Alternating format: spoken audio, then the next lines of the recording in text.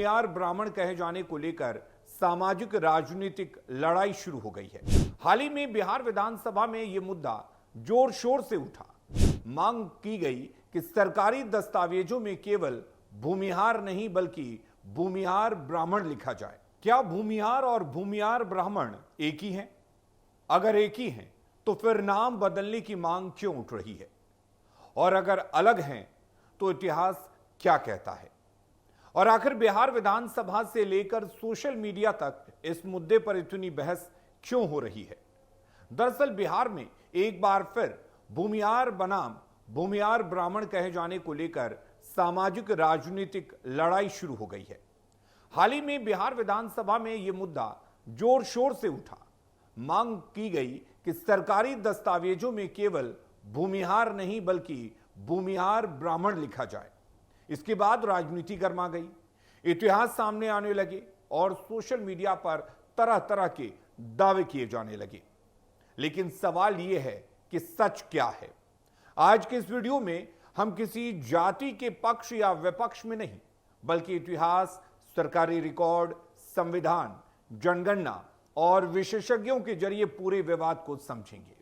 और सबसे जरूरी बात हम ये भी समझेंगे कि आखिर एक नाम को लेकर इतना बड़ा सामाजिक और राजनीतिक विवाद क्यों बन जाता है।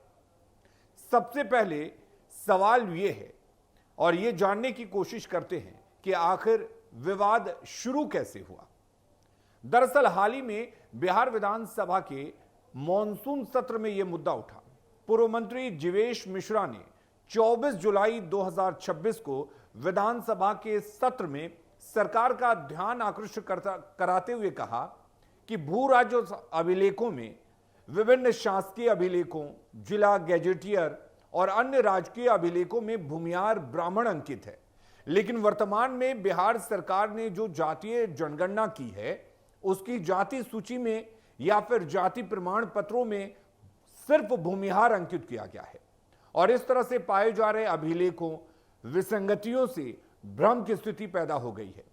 1931 के जनगणना रिपोर्ट में और राजस्व के तमाम भू अभिलेख में भूमिहार ब्राह्मण अंकित है और इसलिए सरकार से अनुरोध है कि सरकारी दस्तावेज, जातीय प्रमाण पत्र में भूमिहार ब्राह्मण लिखा जाए।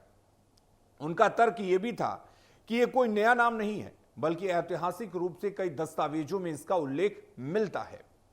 उन्होंने यह भी कहा कि पुराने खतियान हो, ब्रिटिश काल की जनगणना रिपोर्ट हो और कई प्रशासनिक दस्तावेजों में भूमिहार ब्राह्मण शब्द का उपयोग किया गया है। लेकिन दूसरी तरफ बिहार सरकार ने जो वर्तमान में रिकॉर्ड रखे हैं, जातीय सर्वेक्षण और प्रमाण पत्रों में केवल भूमिहार ही दर्ज कर रखा गया है और यहीं से असली टकराव शुरू होता है। एक तरफ ऐतिहासिक पहचान का दावा और दूसरी तरफ प्रशासनिक मानकीकरण की प्रक्रिया। अब समझते हैं कि भूमिहार शब्द आया कहां से, यह जानना बेहद जरूरी है। तो इसके लिए सबसे पहले हमें यह समझना होगा कि भूमिहार शब्द का अर्थ क्या होता है। भूमि यानी जमीन और हार या धार यानी धारण करने वाला। और इस तरह भूमिहार का सामान्य अर्थ निकलता है जमीन का स्वामी या भूमि धारण करने वाला एक वर्ग। इतिहासकारों के अनुसार यह शब्द उन लोगों के लिए प्रयोग होने लगा जिनके पास कृषि भूमि थी और जो खुद खेती का प्रबंधन करते थे। लेकिन यहीं से इतिहास दो धाराओं में बढ़ जाता है।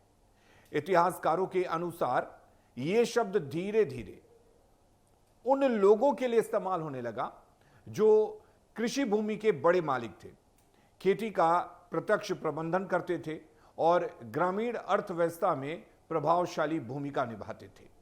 लेकिन यहीं से इतिहास की व्याख्या दो अलग अलग दिशाओं में चली जाती है। पहला मत कहता है कि ये लोग मूल रूप से ब्राह्मण समुदाय से जुड़े थे जिन्होंने समय के साथ पुरोहित कार्य छोड़कर खेती, प्रशासन और जमींदारी को अपनाया। इस मत के अनुसार भूमिहार ब्राह्मण शब्द उनकी ब्राह्मणिक उत्पत्ति को दर्शाता है। दूसरा मत कहता है भूमिहार एक अलग भूस्वामी समुदाय के रूप में विकसित हुए, यानी ब्राह्मणों से अलग सामाजिक पहचान। और यही मतभेद आज तक पूरी तरह से खत्म नहीं हुआ। यही दो अलग अलग व्याख्याएं हैं आज भी इस विवाद की जड़ में मौजूद है। अब सवाल है कि क्या इतिहास में भूमियार ब्राह्मण लिखा मिलता है?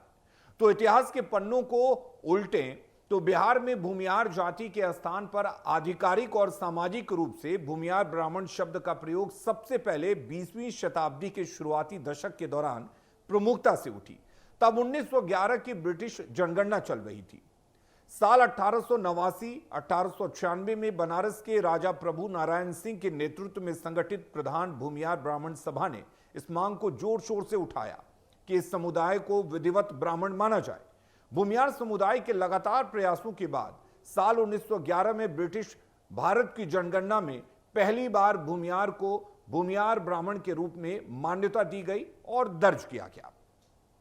स्वामी सहजानंद सरस्वती ने साल 1916 में भूमियार ब्राह्मण परिचय पुस्तक लिखकर शास्त्रों और ऐतिहासिक साक्ष्यों के आधार पर इस बात को शास्त्रीय रूप से स्थापित किया कि यह समुदाय ब्राह्मणों का वंश है। अब यह समझते हैं कि विवाद शुरू कहां से हुआ। तो यह विवाद साल 2023 की जनगणना रिपोर्ट से शुरू हुआ। दरअसल भूमियार की जगह भूमियार ब्राह्मण अंकित करने को लेकर सामाजिक और राजनीतिक संगठन साल 2023 में खुलकर सामने आए। इस वर्ष जो जाति सर्वेक्षण की रिपोर्ट आई उसमें भूमियार ब्राह्मण की जगह केवल भूमियार अंकित था। भूमियार समुदाय चाहता यह है कि 2027 की राष्ट्रीय जाति जनगणना से पहले जाति का नाम आधिकारिक तौर पर भूमियार ब्राह्मण के रूप में दर्ज किया जाए।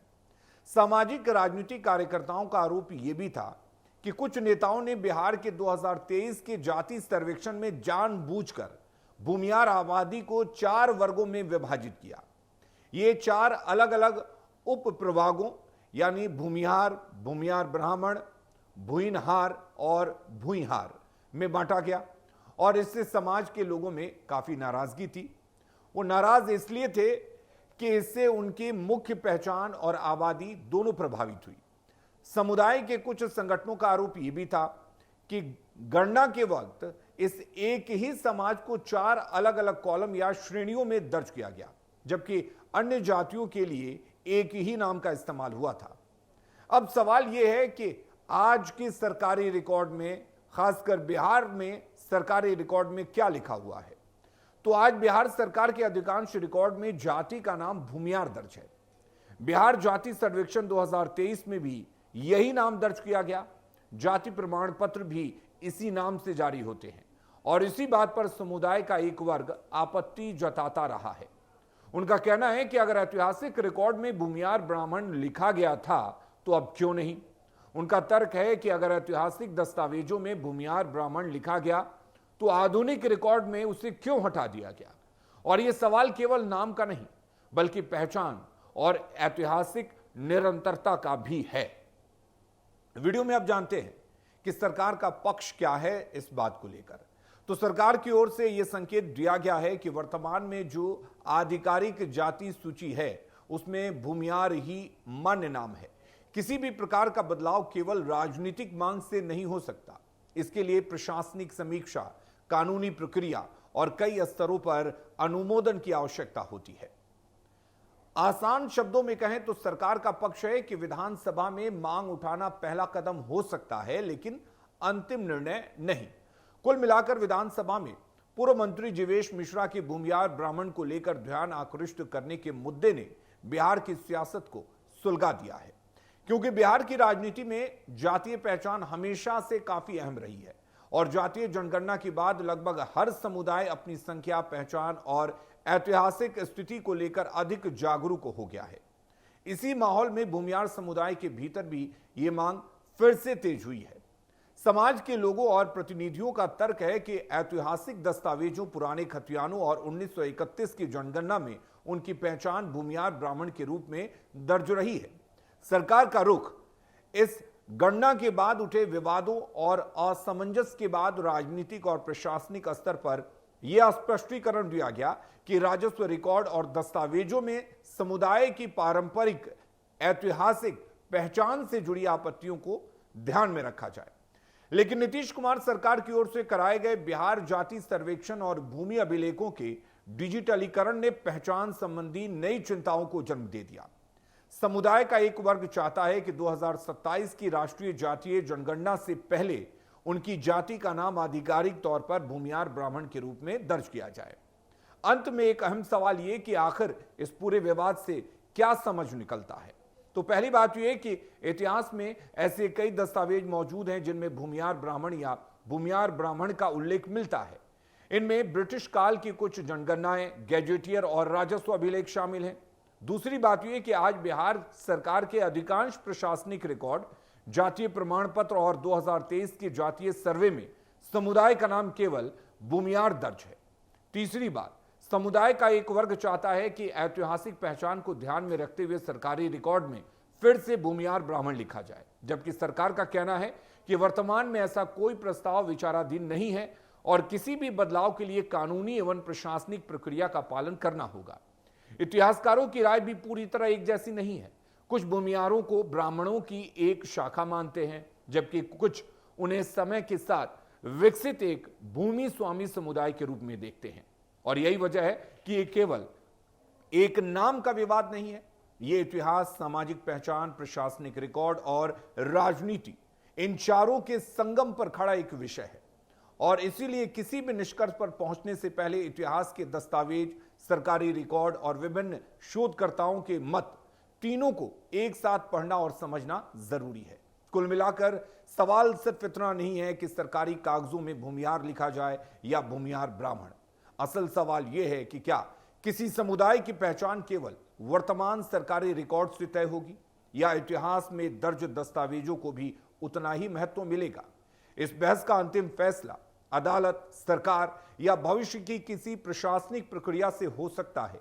लेकिन एक बात तय है, इतिहास और राजनीति जब एक दूसरे से टकराते हैं तो बहस सिर्फ एक शब्द की नहीं रहती, बल्कि पहचान, परंपरा और समाज की बन जाती है।